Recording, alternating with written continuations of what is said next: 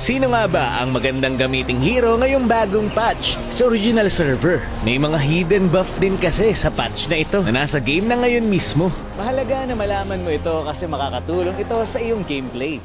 Unahin muna natin sa mga nabuff na hero, nandiyan si Cecilion. Binawasan kasi ang mana cost ng kanyang skill 1 sa early game. Dahil sa patch na ito, makakatatlong skill 1 ka na kapag nagki-clear ng minion wave nang hindi nalalow yung mana.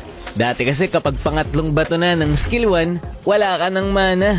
Kaya dati, dapat dalawang skill 1 lang ang gagawin mo na magkasunod. Ginamit nga ito ni Cam sa rank game at sabi niya, hindi na daw siya hirap sa early game.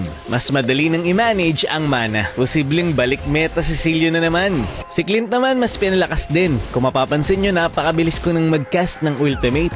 Pinabilis kasi yung recharge time at cooldown ng ultimate niya. Si Clint madaling hulihin kaya hindi pa natin sure kung magiging meta. Pero maganda yung patch sa kanya. Si Soyo naman na-buff din. Binawasan ang cooldown ng lahat ng kanyang skill. Tapos mas pinalakas pa yung skill 1 damage niya sa late game kapag tinap mo lang. Dahil na-nerf yung mga jungler kagaya ni Lancelot, Yi San-shin, posibleng maging magandang option ulit etong si Lucas. Si Julian naman mas pinabilis ang farming capability, kaya posible na tayong makakita ng mga Julian jungler ulit. Si Nolan na-buff din, binawasan ang cooldown ng kanyang skill 1 at skill 2 sa late game, 1 segundo na lang. Si Freya naman, yung skill 2 niya ay madali nang ipangtakas kasi hindi nababangga sa kalaban kung hindi naman talaga sa kalaban nakatutok ang skill 2 mo.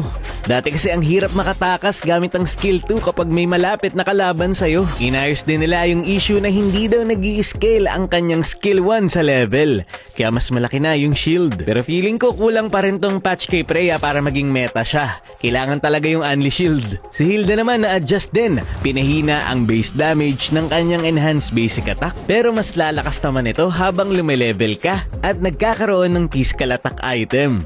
Kaya mas malakas na sa late game. Sa mga na-nerf na hero naman tayo, nandiyan si Kimi. Mas pinatagal ang cooldown ng kanyang skill 2, tapos pinahina ang damage niya sa early game. Pero sa late game ay ganun pa rin. Kaya pwede pa rin i-pick si Kimi. Ingat lang talaga sa early. Pinahina rin si CC.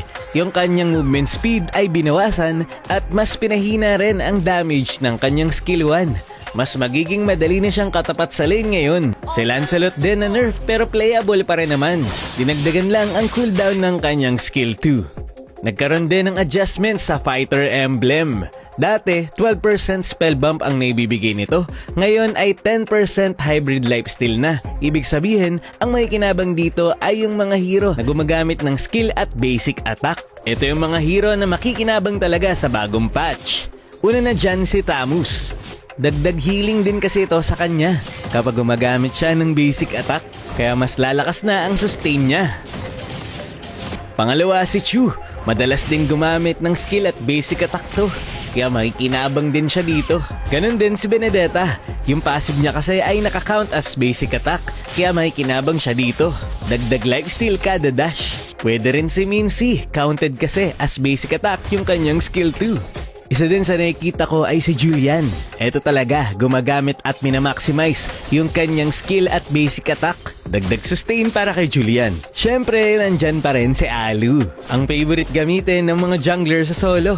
Kung sustain ang hanap mo, pwede mong itry ang fighter emblem. Kaya lang baka kulang sa damage. May kinabang din naman yung mga hero kagaya ni Zilong, Sun, Argus. Yung mga fighter na basic attack talaga yung main damage. Binanggit ko lang dito ay yung mga hero na mas mamamaximize yung skill pati basic attack ng sabay. Ilang muna para sa original server patch. Anong masabi nyo tungkol dito? Maraming salamat sa panonood and to God be the glory.